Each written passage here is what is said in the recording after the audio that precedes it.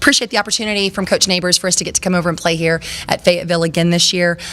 We've got we're figuring out how to replace two great players from the last 3 to 4 years of our program in Faith Iham and Maria Martianez, and everybody kind of talks about their point production, and tonight we definitely needed it, but we've really been missing their defensive presence and defensive rebounding as well. And so kind of our niche right now that we're focusing on is a lot of the blue collar stuff with the free throw battle, the turnover battle, and then also the rebounding battle. And we lost all 3 of those tonight. And I even told the color commentators before the game that if all 3 of those don't go well, I don't need to see the scoreboard. I kind of know where we are. But I thought that I had 2 players that really came prepared to compete with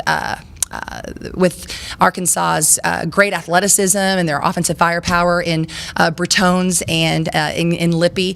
Thought they did a great job. And just the fact that those were our only 2 players that shot free throws tonight tells me everything that I need to know about my perimeter play tonight and just our lack of toughness in offensive execution. I thought defensively, with as much firepower as Coach Neighbors has this year with his Razorbacks, I thought they did a good job, and I thought we did a good job at times defensively, but we just can't come out, and we've kind of had a perennial slow start so far this year in the first quarter. And then we save our best basketball offensively until the second half, and that's just our issue. So excited for him. I think they're going to have a good season this year. I know he's happy to have some of those red shirts eligible this year. And so tale of 2 teams tonight, and that's why I was delayed coming in here, because we had to talk about some of those things in our locker room. But definitely looking forward to getting my group back to Tulsa for practice.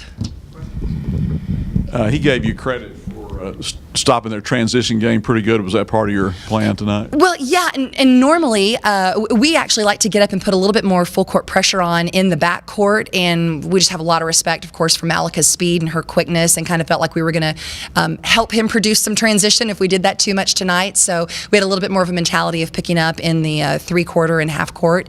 So definitely a point of emphasis, because you watch videotape after videotape of who they are this year, and I know that Mike loves to push the tempo, but they really come at you as a unit this year, as a group, and he's got a lot of threats that are rolling down from defense into offense. So that's definitely something you have to prepare for.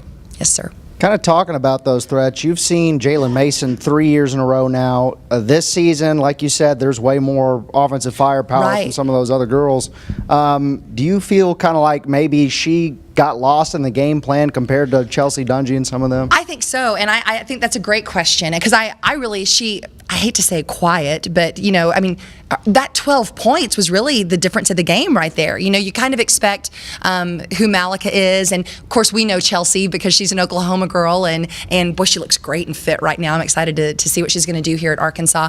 But yeah, I thought Miss Mason kind of snuck in there and shot the ball great from behind the 3-point line, and was kind of that third scorer that he needed tonight to kind of keep that nice gap. So I thought she did a great job, and we were actually more successful. I think I'm going off memory here from a couple of years ago, but we've been like last year. You still focused on Cosper, and Jalen's still a little quiet in there. So that's got to be exciting for him that he's got that third scorer that's stepping in that starting lineup.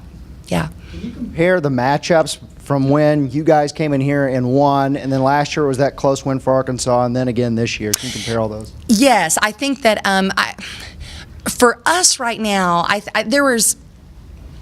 Gosh, forgive me if my years of playing Arkansas are all running together. Was Sarah Wolf here 2 years ago? Was that her senior year, or was that a year after she graduated? Okay, but I just remember trying to keep her off the offensive glass. She was so special, kind of coming in from the perimeter.